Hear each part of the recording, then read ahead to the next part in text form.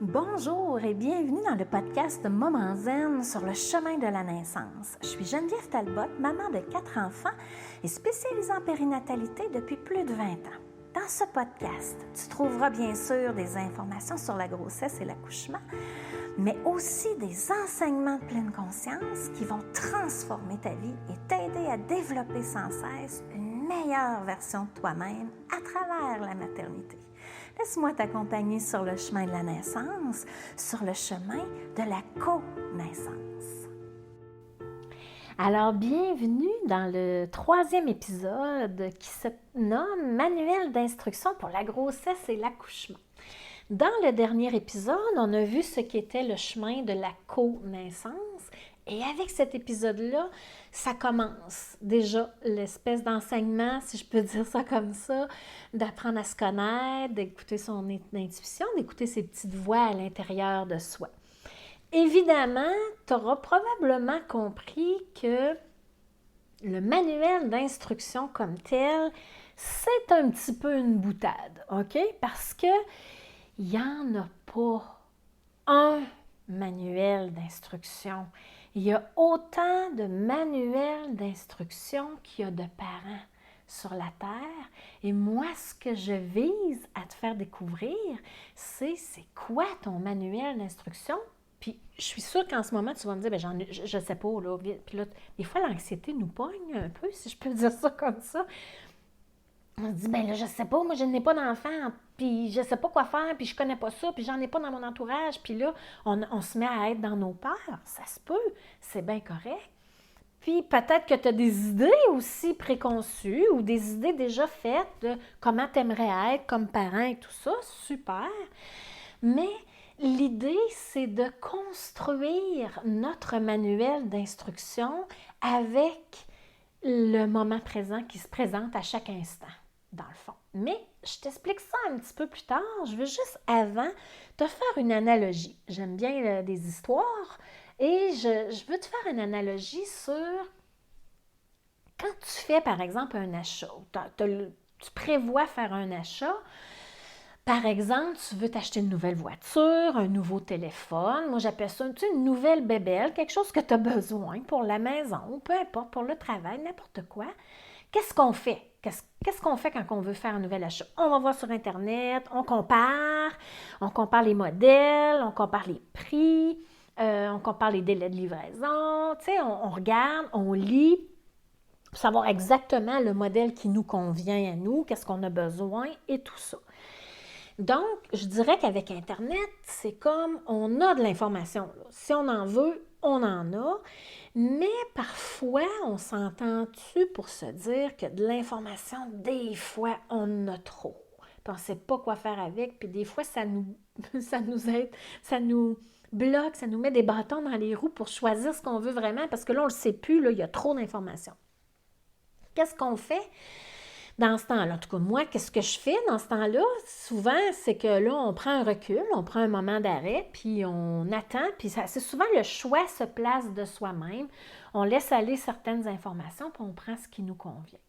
C'est exactement la même chose pour la grossesse. Il y a certaines femmes, moi, j'étais de ce type-là. OK?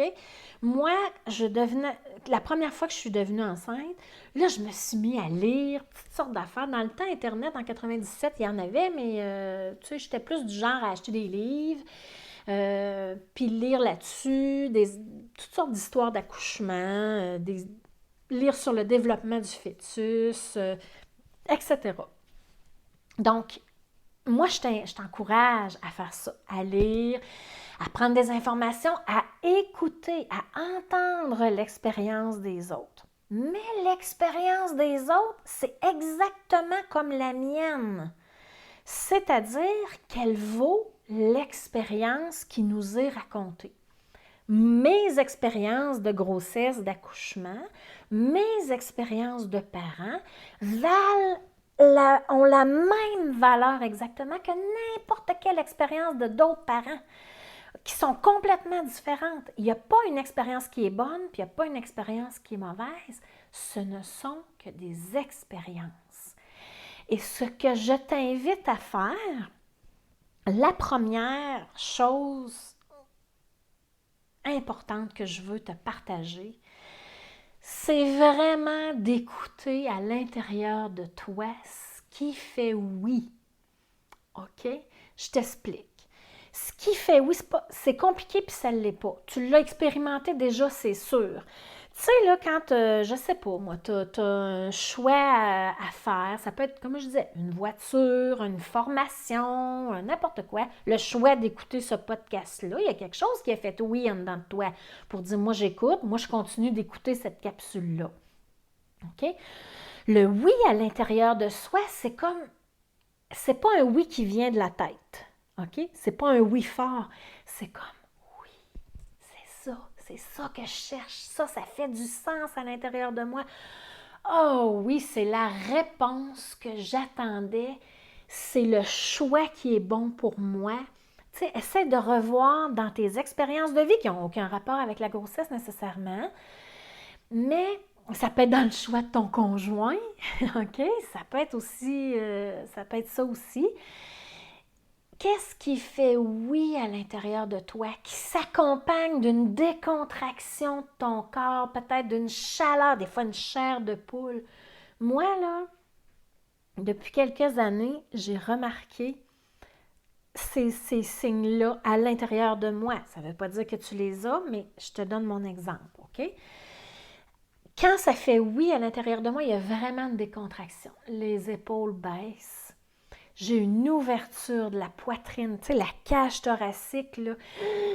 Ouh, ça vient d'ouvrir. Des fois, j'ai une chaleur dans le cœur. Des fois, j'ai la chair de poule, mais le plus souvent, il y a quelque chose que j'ai remarqué et il y a quelque chose qui était refoulé depuis que je suis toute petite. C'est vraiment, je viens avec, j'appelle ça le moton. On appelle ça comme ça. Je viens avec une émotion, les yeux pleins d'eau, puis je sais pas ce qui se passe. Puis souvent, c'est des affaires joyeuses. Puis là, mon chum me regarde, mais voyons, comment ça tu pleures? Mais là, laisse-moi pleurer, là, c'est comme je suis trop contente. Je suis émue, ça déborde.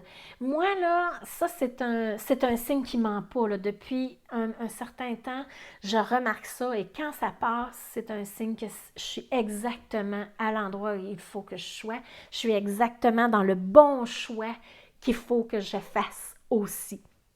Je dis que je l'ai refoulé depuis que je suis jeune, c'est que je vous raconte une petite anecdote. Des fois, ça peut peut-être vous aider à faire des ponts avec... ça peut peut-être t'aider à faire des ponts avec ton expérience. C'est toujours ça mon objectif quand je te raconte quelque chose de moi. C'est pour t'aider à voir dans ta vie qu'est-ce que ça réfère-tu à quelque chose pour essayer de voir qu'est-ce qui fait du sens pour toi en ce moment. Quand j'étais toute jeune, petite, moi, j'ai toujours entendu ma mère et ses sœurs dire « Ah, nous autres, on est des chialeuses. » Tu sais, ça, des chialeuses, c'est comme on braille tout le temps. Tout le temps la larme à l'œil. Puis, tu sais, on est des gens sensibles puis émotifs, mais eux autres, ils prenaient ça négativement. Tu sais, des chialeuses, là, je veux pas être plate, mais c'est pas très une qualité, là. Fait que moi, j'ai intégré ça, que, tu sais, chialer, pleurer, c'est chialer. Puis, faut refouler ça. Un jour, j'ai eu j'ai refoulé quelque chose et j'ai eu pendant une semaine une boule dans la gorge.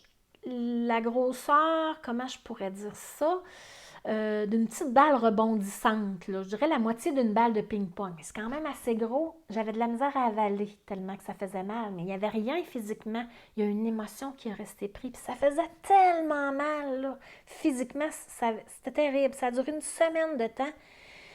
Et à cette époque-là, je me souviens pas exactement dans quel âge que j'avais.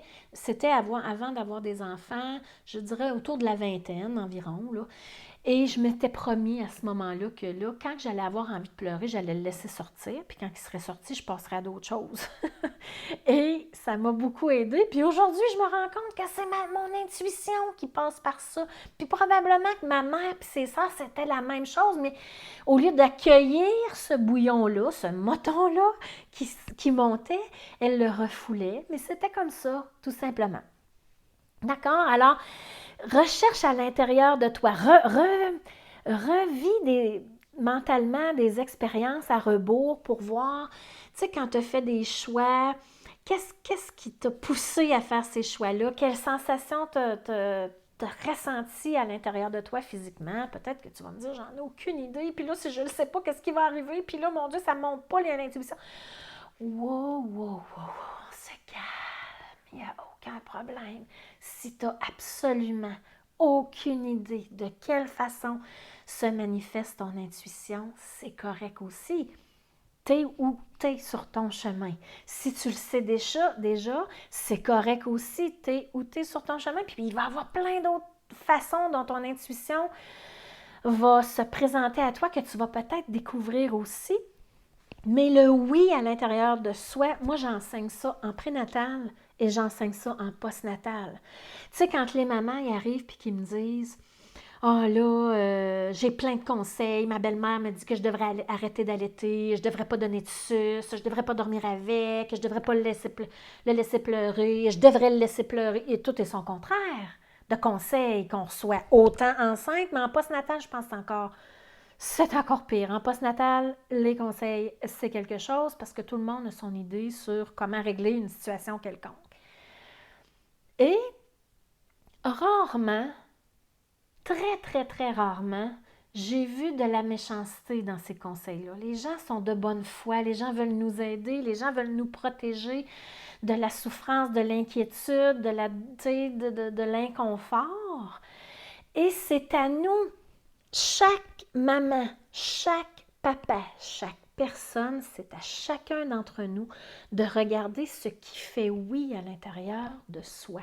Parce que les conseils qu'on reçoit, là, ils sont tous bons, mais ils ne font pas nécessairement tout du sens pour nous. Ils ne sont pas nécessairement bons pour nous. Ils ne sont pas nécessairement bons pour l'enfant que je porte ou l'enfant que j'ai dans mes bras en postnatal. Comprends-tu? Mais il n'y a pas un conseil qui n'est pas bon. Tout est bon, mais pas nécessairement pour soi. Et c'est pour ça qu'il faut apprendre à lire, à entendre, à ressentir, à voir, à écouter ce qui fait du sens à l'intérieur de soi. Les portes de l'intuition, c'est vraiment, je vois, tu sais, on a des flashs, je ressens, tu sais, ma chaleur, ma décontraction, mes larmes aux yeux, c'est tout dans le domaine du ressenti. Donc, je sens, j'entends. Il y en a qui peuvent entendre des petites voix douces leur souffler des choses. Il y en a qui peuvent aussi, donc je vois, je sens, je sais, c'est ça qui me manquait. Je sais, c'est, tu te lèves un matin. Moi, ça m'arrive souvent.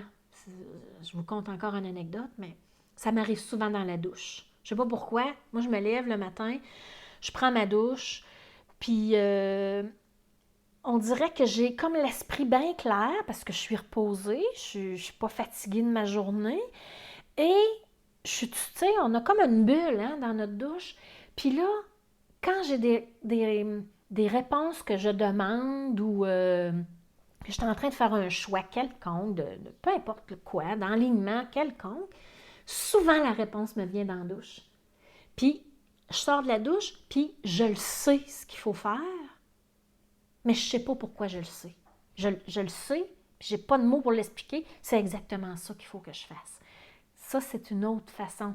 Puis ça, celle-là est touchée parce que là, on se dit, les premières fois, là, c'est comme, ben là, c'est-tu ma tête qui le sait? Mais là, ma tête n'est pas capable de l'expliquer, ça ne fonctionne pas.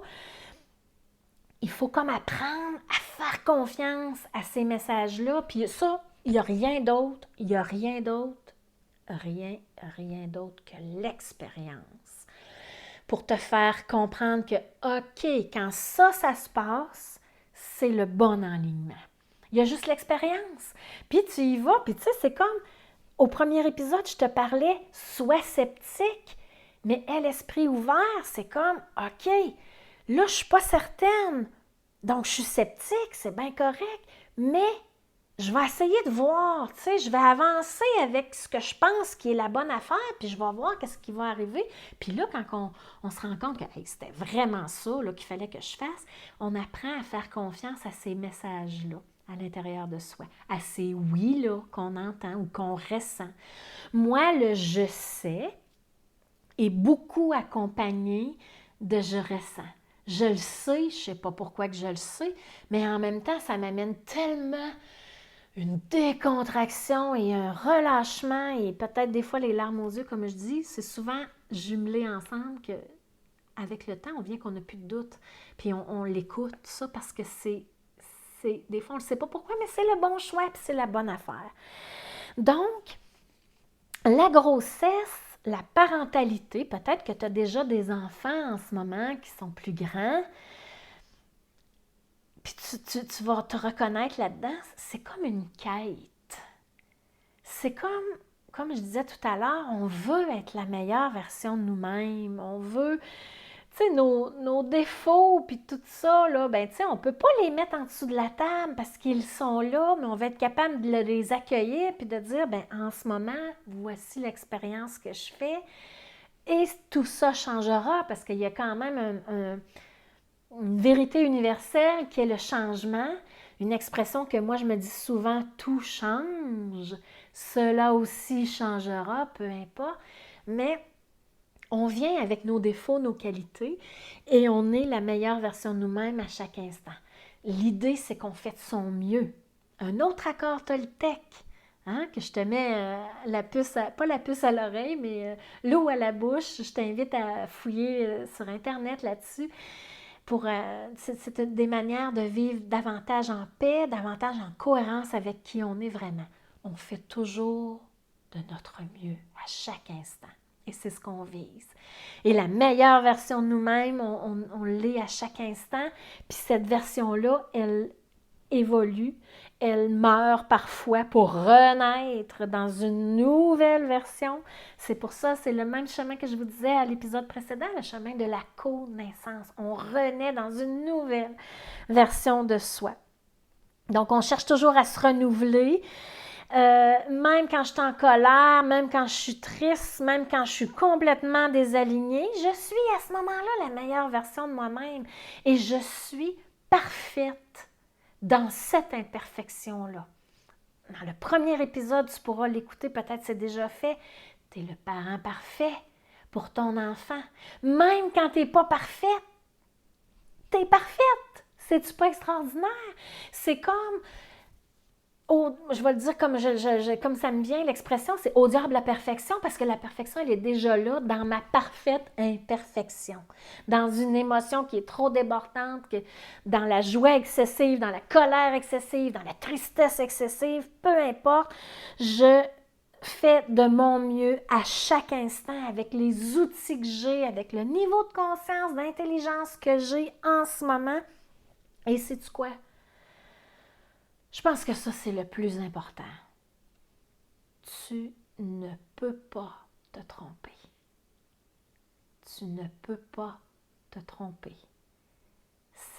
Tout est toujours parfait. Quand on s'élève, là, tu sais, quand je vous disais à la première épisode, on monte nos bras, là, puis on s'élève au niveau de l'âme, tout est toujours parfait.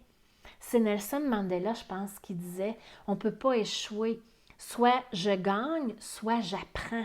Si j'ai fait une coche mal taillée parce que j'ai fait une crise de colère, je ne sais pas, n'importe quoi, tu sais, on n'est pas... la perfection, là, c'est une illusion, hein?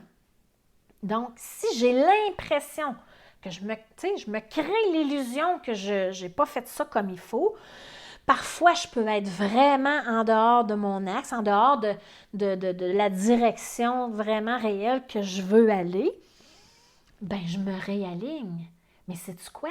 Ces moments qu'on dit imparfaits, ils sont essentiels, puis ils sont absolument parfaits parce que c'est grâce à ces moments-là que je me réaligne, puis je dis non, moi, c'est pas dans cette direction-là que je vais aller. Puis j'aime pas ça quand je suis dans cette version-là. J'accueille ce qui est là et je me réaligne. Mais je me réaligne grâce à ce moment imparfait-là. C'est-tu pas extraordinaire? On peut pas se tromper. Tout est déjà là. Tu es complète, tu es parfaitement conçue pour l'enfant que tu portes en ce moment. Tu es parfaitement conçue pour les enfants que tu as déjà en ce moment s'il y a lieu ou les enfants que tu auras plus tard. OK? Tu es parfaite t'es complète.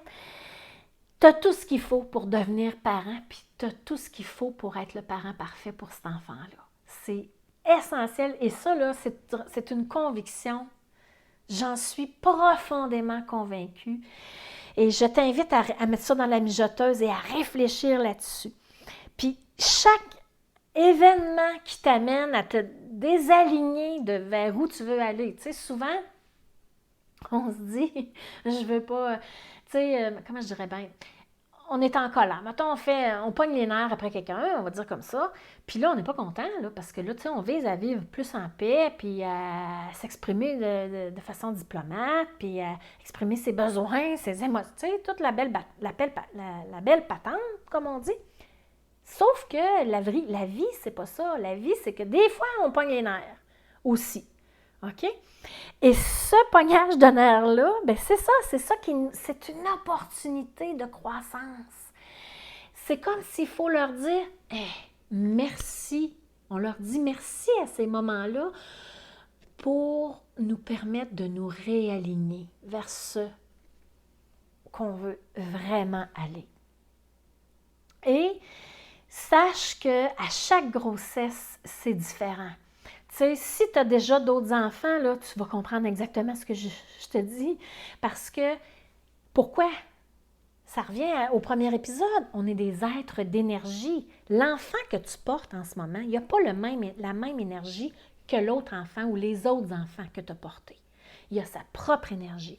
Tu as ta propre énergie. Tu n'es pas pantoute à la même place que tu étais au premier enfant ou au deuxième, peu importe. OK? C'est différent à chaque grossesse. Et c'est aussi une illusion de se dire qu'on va être pareil à chaque grossesse, qu'on va avoir les mêmes règles, la même façon de faire avec chaque enfant. C'est une illusion. Parce que ce qu'on a fait avec un, ça ne veut pas dire que ça fait du sens pour le faire avec l'autre. Et nous, on n'est pas la même version de nous-mêmes au premier qu'au deuxième puis au troisième enfant. Puis sais-tu quoi? Hey, c'est une bénédiction. Si au troisième enfant ou au quatrième enfant, tu sais, moi, mon quatrième enfant, je l'ai eu 10 ans plus tard que ma première, cibole. Si j'avais été la même version que moi-même, j'aurais fait du surplace un peu, je pense, là. OK? Puis moi, là, j'avais cette idée-là préconçue avant d'avoir des enfants, que moi, je ferais la même chose, hein, que le dernier, il vivrait les mêmes règles, la même façon de faire que le premier. C'est-tu comique un peu, ça? Hey, c'est une belle illusion, ça, comme je dis. J'ai 10 ans de différence. Je suis rendue ailleurs. J'ai appris des affaires. Mes enfants m'ont enseigné tellement d'affaires. Je peux pas faire exactement la même chose. C'est comme si je disais, j'ai fait plein d'erreurs, mais là, il faut que je les refasse pour que ça soit égal, tu sais, pour tout le monde. Hey, on est rendu ailleurs. On est des êtres d'évolution. On est d'autres nouvelles versions de soi-même. Et on est encore parfait parce que on évolue, puis nos enfants, ils évoluent avec nous en même temps. OK?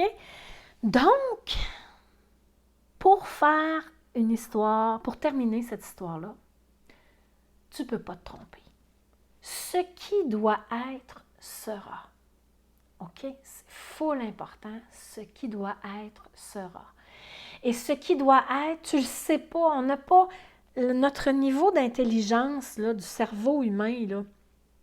Je ne me souviens plus, sincèrement, mais on utilise une infime partie de la capacité de notre cerveau. On ne sait pas.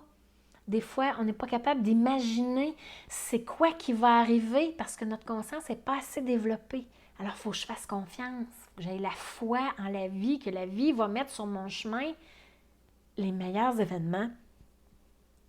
L'enfant parfait pour moi et ce qui doit être sera. Et ce qui fait oui à l'intérieur de moi, je vais apprendre à le reconnaître, je vais apprendre à lui faire confiance et je vais apprendre à avoir la foi dans cette version-là de moi-même. Alors, je te laisse mijoter là-dessus. Bien sûr qu'on va s'en reparler. Je vais passer mon temps à vous parler de ça parce que tu sais, dans le premier épisode, je reviens encore, je termine avec ça, sois sceptique et l'esprit ouvert. L'esprit ouvert, ça veut dire de laisser de l'espace pour qu'il y ait un oui peut-être qui émerge. Puis si le oui n'émerge pas, ce sera ça. Puis ce sera peut-être juste partie remise. Quand tu seras prête à écouter et à entendre surtout le oui, à le ressentir à l'intérieur de toi, il va se présenter. Fais-moi confiance. Alors, je te dis, mets ça dans la mijoteuse et on se revoit dans la prochaine capsule. Bye bye!